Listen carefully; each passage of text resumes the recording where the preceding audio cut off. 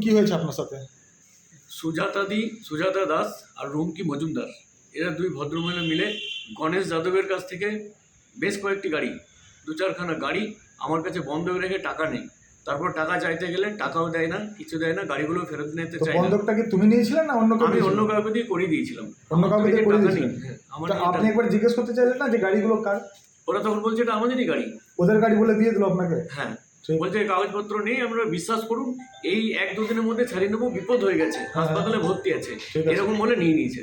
আর তারপর যখন 3 মাস পেরিয়ে গেছে বলছে আমি ইন্টারেস্ট দেবো না, গাড়ি আমরা যেভাবে হোক ছাড়িয়ে নেবো মেরে ধরে। ঠিক আছে, এই তো ব্যাপারটা হচ্ছে পুরো বিষয়টা আমি বলি খুলে। বিষয়টা হচ্ছে আজ দাদা খুব সমস্যায় পড়ে গেছিলো, 2-4টে লোক মিলে ওনাকে মারছিল, অনেক মেরেওছে।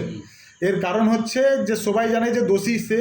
আজকে সে খুলে বলছে যে আসলে সে কোথাও দোষী নয়, সে হয়তো 1000-2000 টাকা তাকে দিয়েছে এবং 20-50 হাজার টাকা করে এক একটা গাড়ির পিছু ওনার কাছ থেকে নেওয়া করিয়েছে ঘরের সমস্যা বিপদ বলে। আর সমস্ত স্ক্যাম করেছে পূজা মজুমদার আর সুজাতা দাস, এটাই তো? একদম। আর আপনাকে কত দিয়েছে? আমাকে ওই 1000, কোনোটায় 2000 এমনি কমিশন, এরকম 1000-2000 টাকা দিয়ে আপনাকে ফাঁসিয়েছে। মানে মেন দোষী হচ্ছে ওরা। তো যদি এরপরে যদি গাড়িগুলো সমর্থন আপনি না দিতে পারেন তখন কিন্তু আমি আপনার সঙ্গে সঙ্গে সুজাতা দাস এবং পূজা মজুমদারকে এই জিনিসের লাভটাই দেবো, ঠিক আছে? তখন কিন্তু আপনি পিছনে সরলে চলবে, তখন কিন্তু আমি চুরির কেসটা পুরো আপনার উপর দেবো। কারণ আপনি সেই স্ক্যামটা করেছেন।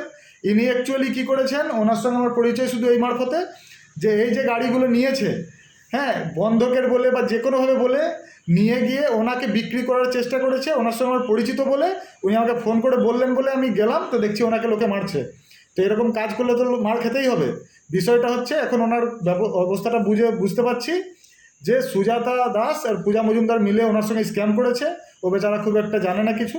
কিন্তু যদি আমার গাড়ি সময়মতো না আসে তাহলে সুজাতা দাস এবং পূজা মজুমদারের সাথে তার সমস্ত সমান দোষী কিন্তু আপনিও। এতে আপনার কোনো কিছু বলার আছে কি?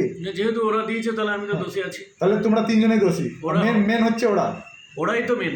ঠিক আছে, কি নাম আরেকবার বলে দিন? সুজাতা দাস আর পূজা মজুমদার। ঠিক আছে দাদা, শুনতে পারলেন? বারবার এসে আমাকে রিকোয়েস্ট করে গাড়িগুলি দেখে টাকাগুলি নিয়ে যায়। ঠিক আছে। আর তারপর টাকা দেয় না, গাড়িগুলো নিতে আসে না। ঠিক আছে, ঠিক।